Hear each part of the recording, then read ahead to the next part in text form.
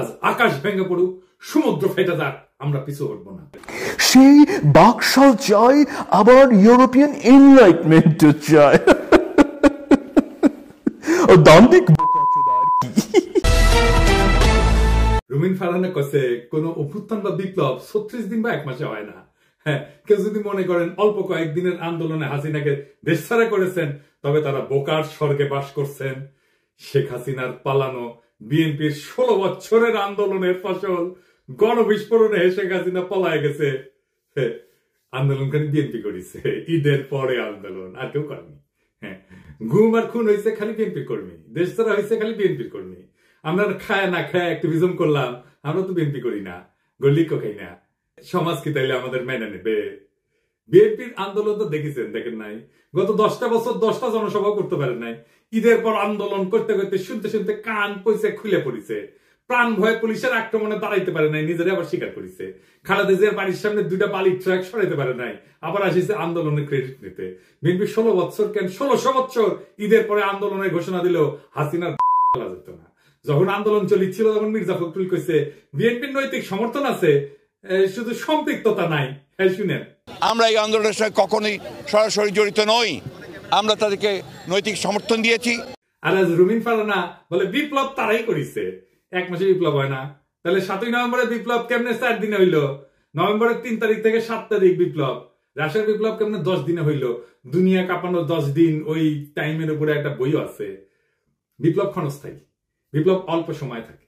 বিপ্লব হইতেছে সেই মহেন্দ্র ক্ষণ, একটা মাহদীয় সময়, যখন একটা জনগোষ্ঠী তার জাতীয় আকাঙ্ক্ষার সর্বোচ্চ শিখরটা হুট করে ছুঁয়ে ফেলে, বিদ্যুৎ চমকের মতো বা লাফায় ওঠা ল্যাম্পের শিকার মতো।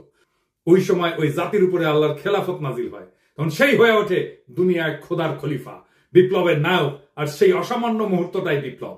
আমরা ভাগ্যবান, আমরা পুরা জাতি ওই মুহূর্তটায়, ওই মহেন্দ্র ক্ষণের নায়ক, যার মধ্যে দিয়ে সৃষ্টিকর্তার পবিত্র ইচ্ছা আমাদের জাতির উপরে নাজিল হয়েছিল। এই জন্য এই শহীদের মৃত্যু নাই, তারা সময় আর কালকে অতিক্রম করে যায়। আমি কইছিলাম খোদা তাআলার দয়া ছাড়া বিপ্লবে বিজয়ী হওয়া যায় না। খোদা তাআলার সাহসের আবাবিল পাখি পাঠানো লড়াইয়ের ময়দানে খোদা তাআলার সাথে জনগণের একটা স্পিরিচুয়াল কানেকশন ছাড়া বিপ্লব সফল হয় না। মহাজীবনের ডাক শুনে সবাই, আপনি রুমিন ফারহানাকে বিএনপি কে খোদা তাআলার জায়গায় বসাইতেছেন? নাউজুবিল্লাহ। বিপ্লবের মালিক সৃষ্টিকর্তা, আপনারা না। আপনি বিপ্লবের নায়ক হইলে আপনি মাইকের সামনে চিল্লাইতেন না। অবশ্য ভুলভাল চিল্লান।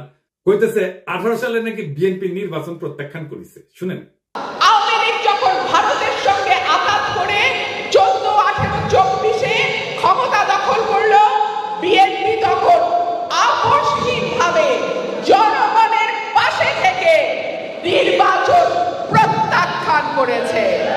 ওই নিজেই 2018 সালে সংসদে সংরক্ষিত আসনের এমপি ছিল বিএনপি, আবার বিএনপি নির্বাচন প্রত্যাখ্যান করছে। কি কয় না কয় তার কোনো ঠিক নাই। শুধু তাই না, 10 কাঠার একটা প্লট চাই আবেদন করেছিল, যে প্লট পাইলে নাকি চিরকৃতজ্ঞ থাকিবে। দেখেন, এটা প্লটের লোভ সামলাইতে পারে না, সে আবার বিপ্লব করে। হ্যাঁ, খেল খতম হয়েছে, পয়সা হজম। দরখাস্তটা দেখেন, একবার বলে 2/3 মেজরিটি নিয়ে বিএনপি ক্ষমতায় যাবে। শুনেন, আবার বলে বিএনপি নেতা কর্মীদের কন্ট্রোল করা যাচ্ছে না, কেন্দ্রে জানায় কোনো লাভ হচ্ছে না। শুনেন, বিএনপির নেতা কর্মীদেরকে মাঠ পর্যায়ে কন্ট্রোল করা যাচ্ছে না, চাঁদাবাজির সঙ্গে যুক্ত, জমি দখলের সঙ্গে যুক্ত, টেন্ডারবাজির সঙ্গে যুক্ত। আমার এলাকাতে পথধারী নেতারা কেউ মাটি ভরাট করে নদীর উপরে, জমি দখল করে, আরেক উপজেলায় পথধারী নেতারা মামলা বাণিজ্য করে। তো কন্ট্রোল করা তো যাচ্ছে না। কেন্দ্রে খবর পাঠানো হয়েছে, কেন্দ্র কোনো অ্যাকশন নেয় নাই। তো বুঝছেন তো, বিএনপি ক্ষমতা এসে কি করবি? আচ্ছা, ওরে ছেড়ে দিই, বাচ্চা মেয়ে কি কইতে কি কয় ঠিক নাই, আপনারাও ছেড়ে দিয়েন। বিএনপি কাউকে রক্ষা করতে পারবে না, করবে না, সে ক্ষমতা নেই। বিএনপি ক্ষতি করতে পারবে, সেটাই আসল ক্ষমতা। রক্ষা করতে পারাটা রাজনৈতিক ক্ষমতা না, বরং ক্ষতি করতে পারার হিম্মতটাই রাজনৈতিক ক্ষমতা। আওয়ামী লীগের মিছিল বড় হচ্ছে এই জন্য না যে কেউ কাউকে অপমান করছে আর অভিমানে রাজপথ ছেড়ে দিচ্ছে তাই আওয়ামী লীগ মিছিল করতেছে, না তা না। বাংলাদেশে বিএনপি বা জামাত বা ছাত্রদের এনসিপির গ্রিন সিগন্যাল ছাড়া আওয়ামী লীগের বাপের ক্ষমতা নাই মিছিল করে। আওয়ামী লীগ বিএনপির আশকারা পাইয়া মিছিল করতেছে না, শুধু বিএনপি আওয়ামী লীগের মিছিল করে দিচ্ছে। হ্যাঁ, বা বেশ, এইভাবে তারা আওয়ামী লীগকে বাঁচাই রেখে জনগণকে ভয় দেখাইতে চায়। বিএনপি ক্ষমতায় আসার আগেই দলটার নেতা কর্মী এবং তাদের আত্মীয় স্বজনরা আওয়ামী লীগের রাজনৈতিক স্বার্থ রক্ষার জন্য কতটা মরিয়া হয়ে উঠছে, এই খবর পড়লেই সেটা বুঝতে পারবেন। আওয়ামী লীগকে যারা রুখে দিতে পারবে তারাই আগামী বাংলাদেশের নেতা হবে। বিএনপি রুখতে না চাইলে তো মাঠ ফাঁকা থাকবে না। বিএনপি প্রাণ ভয়ে রাজপথে 28 অক্টোবর দাঁড়াইতে পারে নাই, তার জন্য কি বর্ষা বিপ্লব থেমেছিল? ছিল না। ফার্মের কন্ট্রাডিকশন গুলো নিয়ে আলাপ করি না, চাইলে করা যায়। ফার্ম কইতেছে 71 একটা রেড লাইন, এই রেড লাইন ক্রস করলে বাংলাদেশের রাজনীতি করা যাবে না। এই জন্য নাকি জামাত মেইনস্ট্রিম হইতে পারে নাই। আজিব Baat. BNP K 71 K on করে, সে নিজে কি ফার্মকে নিজে বাঙালি জাতীয়তাবাদকে ওন করে? ফার্ম তো নিজেই নিজেকে হিন্দুস্তানি মুসলমান বলছে। দেখেন, আমি নিজেকে বাঙালি মনে করি না, আমি নিজেকে হিন্দুস্তানি মুসলমান মনে করি। ফার্ম কি ধর্ম নিরপেক্ষতা মানে? সে কি সমাজতন্ত্র মানে? সে নিজেই কমিউনিস্টকে দান্দিক বলে। সেই বাকশাল চাই, আবার ইউরোপিয়ান এনলাইটমেন্টও চায়। দান্দিক বোকাচোদা আর কি। তাইলে ফার্মের 71টা আসলে কি? ফার্মের ন্যারেটিভ কি 71-এর? আমি আসলে জানতে চাই। এখন পড়েছে গাড্ডায়। আওয়ামী আমলের কোন ন্যারেটিভ তৈরি করতে পারেন না, একটাও না। আপনি দেখাতে পারবেন না একটা ন্যারেটিভ তৈরি করছে, নিজেদেরকে রক্ষা করতে পারেনি ন্যারেটিভ তৈরি করে। আর এইটা যে তাদের দুর্বলতা, এটা কোনোদিন খতায় দেখেনি। গাড়পেলি করে মাস্তানি হয়, রাজনীতি হয় না। রাজনীতি সিরিয়াস বিষয়, ক্ষমতা মাফিয়াদেরও থাকে। যাই হোক, রাজনৈতিক দফার সংখ্যা কম হইতে হয়। আমি চ্যালেঞ্জ দিয়ে বলতে পারি, বিএনপি স্ট্যান্ডিং কমিটির প্রত্যেককে আলাদা করিয়া 31 দফা লিখতে বলেন, পারবে না, একজনও লিখতে পারবে না 31টা দফা। আপনি বিএনপির কর্মী বা হন, নেতা হন, নিজে লেখেন, এটা এপিসোড বফ করে নিজে লেখেন, পারবেন না। আমি চ্যালেঞ্জ দিলাম, পারবেন না। আপনি নিজে যার রাজনীতি করাটাই কাজ, যে পারেন না নিজের দফাটা নিজে লিখতে, মনে রাখতে। পাবলিকের বাপের ধন কি সাপে খাইছে যে সে মনে রাখবে? তার ঠেকা পড়ছে। আসেন দেখি, রাজনৈতিক কর্মসূচি অল্প দফায় কেন হইতে হয়? সেটা 1 নম্বর কারণ সহজবোধ্যতা। অল্প দফা থাকলে জনগণ সহজে বুঝতে পারে কি দাবি করা হচ্ছে। বেশি দফা থাকলে মেসেজ জটিল হয়ে যায়, সেই জন্য সাধারণ মানুষের মনোযোগ হারানোর ঝুঁকি বাড়ে। 2 নম্বর, মোবিলাইজেশন সহজ হয়। কম দফা মানে একটা বা 2টা মূল দাবির পিছনে জনগণ জোরালো ভাবে ঐক্যবদ্ধ হইতে পারে, আন্দোলনের শক্তি বাড়ে।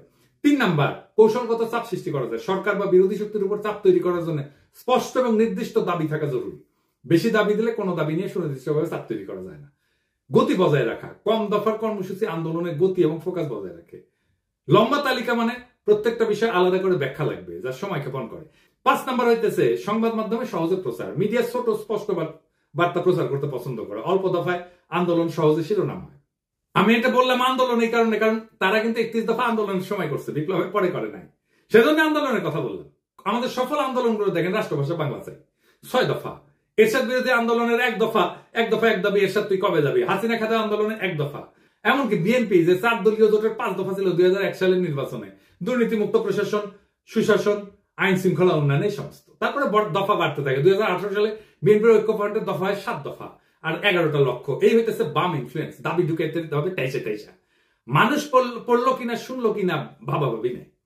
আসেন 31 দফার 2 নম্বর দফা নিয়ে দেখি। তারা কইতেছে বাংলাদেশে গণতন্ত্র, ভোটাধিকার পুনঃপ্রতিষ্ঠা এবং স্বচ্ছ গণতান্ত্রিক প্রক্রিয়াকে স্থায়ী, সাংবিধানিক এবং প্রাতিষ্ঠানিক রূপ দেওয়ার লক্ষ্যে একটা নির্বাচনকালীন দল নিরপেক্ষ তত্ত্বাবধায়ক সরকার ব্যবস্থা প্রবর্তন করা হবে। ভালো কথা, কিন্তু প্রশ্ন হইতেছে তত্ত্বাবধায়ক সরকার তো বিএনপি প্রবর্তন করেছিল, তাই না? আইন কইরা 96 সালে তো টিকলো না কেন? আবার আইন করবে, টিকবে না। মানে আমরা চক্রাকারে একই সমস্যার আবর্তে ঘুরপাক খাবো নাকি বারে বারে? আবার যে বাতিল হবে না তার নিশ্চয়তা কি? জনগণ চায় একটা নিরপেক্ষ নির্বাচন, অবাধ স্বচ্ছ নির্বাচন, নেতা নির্বাচনের স্বাধীনতা। এটা কিভাবে নিশ্চিত হবে? আমি মাঝে মাঝে চুপচাপ হয়ে বসে থাকি, ভাবি যে যদি 2028 সাল পর্যন্ত আওয়ামী লীগ থাকতো কি হইতো? নির্বাচনের নাম উচ্চারণ করলেই নীল সাদা ভাই নিশা দাঁড়াইতো দোরগোড়ায়, ঠান্ডা গলায় বলতো চলেন।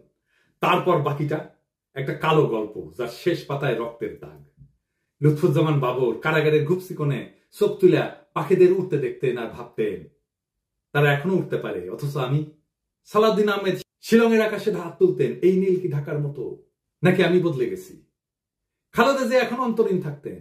রিজভী ভাই কোলাপসেবল গেটের পিছনে মাফলার গলায় দিয়া হাতে গোনা কয়েকজন কর্মী নিয়ে শীতের মধ্যে ঠকঠক করে কাঁদতেন, ওটাই ওনার রাজনৈতিক কর্মসূচি হয়ে থাকতো। আর আয়নাগর, ওইখানে নাম ঝুলতো শত শত মৃত স্বপ্নের, ভুলে যাওয়া মানুষের, যারা একদিন হাঁটতো, হাসতো, স্বপ্ন দেখতো।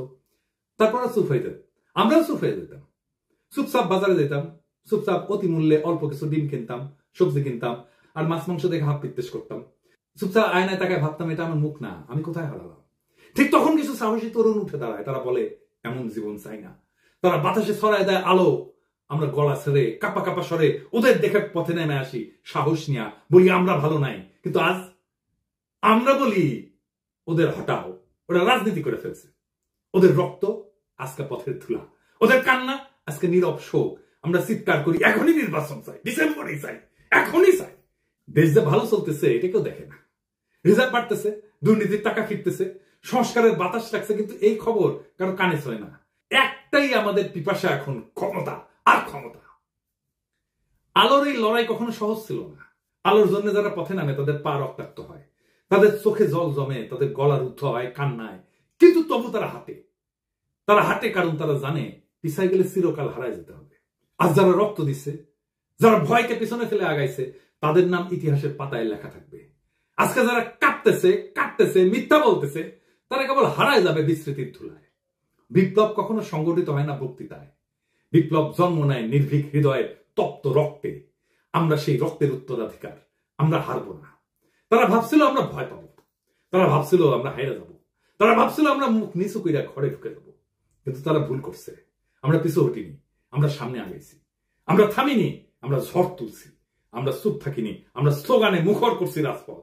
আজ যারা ধোকা দিচ্ছে, ইতিহাস তাদের মুখ চিরকাল ঘষা মাটিতে ফেলে রাখবে। আজ যারা দাঁড়াইছে, ইতিহাস তাদের মাথায় তুলে নেবে।